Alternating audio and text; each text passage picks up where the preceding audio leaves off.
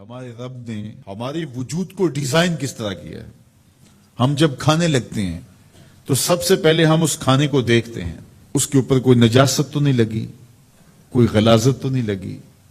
پہلے آنکھ اس کو چیک کرتی ہے, اس کے بعد پھر ہاتھ سے ہم لقمہ توڑتے ہیں یا اس چیز کو اٹھاتے ہیں تو ہمارا ہاتھ دیکھتا ہے کہ اس کے اوپر کوئی ایسی سختی تو نہیں ہے کہ جو ہمارے لیے تکلیف کا سبب ہو. پھر مالک نے ہماری ناک کو ہمارے منہ کے قریب رکھا ہے. ہماری آنکھیں دیکھتی ہیں, سونگتی نہیں ہیں. ہمارا ہاتھ پکڑ کے محسوس کرتا ہے لیکن سونگتا نہیں ہے. اب اس چیز کو ہم اپنے منہ کے قریب لانے لگے تو سب سے پہلے جو ہے وہ اس کو اس سینسر سے گزارا گیا کہ اس کے اندر کوئی معمولی سمیل بھی ہوئی تو یہیں سے چھوڑ دیں گے.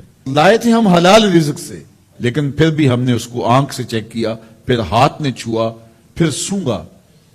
اس کے بعد پھر اب ہم زبان پہ رکھیں گے. اب ہمارے رب نے زبان کو 3 حصوں میں تقسیم کیا ہے. زبان کی جو نوک ہے اس کے اوپر نمکیات کو چکھنے کے ذائقے رکھے ہیں. زبان کا درمیانہ حصہ جو ہے یہ مٹھاس کا احساس کرتا ہے, اور حلق کے قریب جو حصہ ہے یہ کڑواہٹ کا احساس کرتا ہے. تو اب اس کو زبان پر رکھ کے چکھا کہ یہ بد ذائقہ تو نہیں ہے. اب زبان نے بھی کہہ دیا کہ اس کا ذائقہ بھی ٹھیک ہے. اب دانتوں کی چکی میں پیسا کہ اس کے اندر کوئی ایسی چیز تو نہیں ہے کہ جو تمہارے معدے پہ شاک ہو.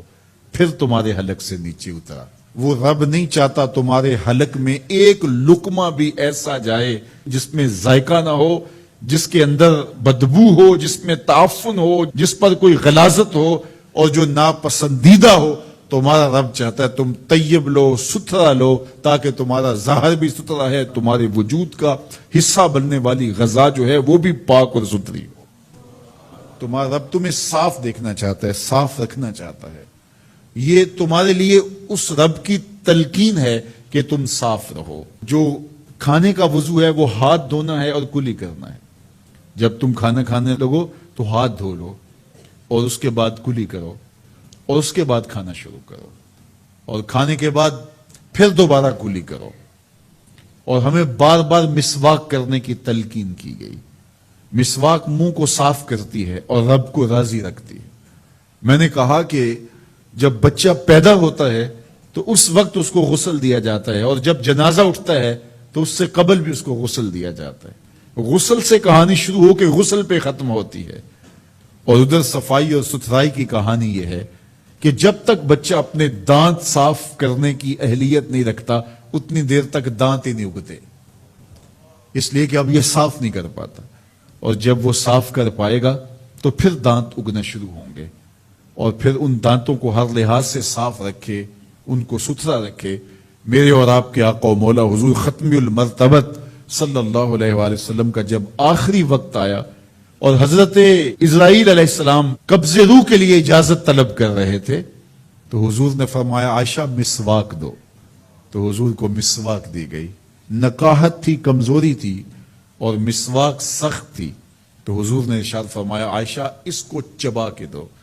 تو ام المومنین سیدہ عائشہ رضی اللہ تعالیٰ عنہ فرماتی ہیں میں خوش قسمت ہوں کہ آخری لمحات میں میرا لعاب اور حضور کا لعاب مل گیا. تو انہوں نے چبا کے نرم کر کے حضور کو مسواک دی, اور حضور نے اس آخری وقت میں جب انتہائی نقاہت اور کمزوری تھی مسواک کی کہ میں اپنے رب کے حضور حاضر ہو رہا ہوں. تو ہمارے دین نے ہمیں یہ تلقین کی ہے کہ تم اپنے آپ کو بھی صاف رکھو, اپنے وجود کو بھی صاف رکھو, اپنے بالوں کو بھی صاف رکھو, اپنے لباس کو بھی صاف رکھو. لیکن پھر اس پہ اکتفا نہیں ہے, جہاں تم رہتے ہو اس جگہ کو بھی تم صاف رکھو, اپنے اطراف کے ماحول کو بھی صاف رکھو, اپنے گھر کو بھی صاف رکھو, اور اپنی گلی کو اور اپنے محلے کی صفائی کا اہتمام کرو.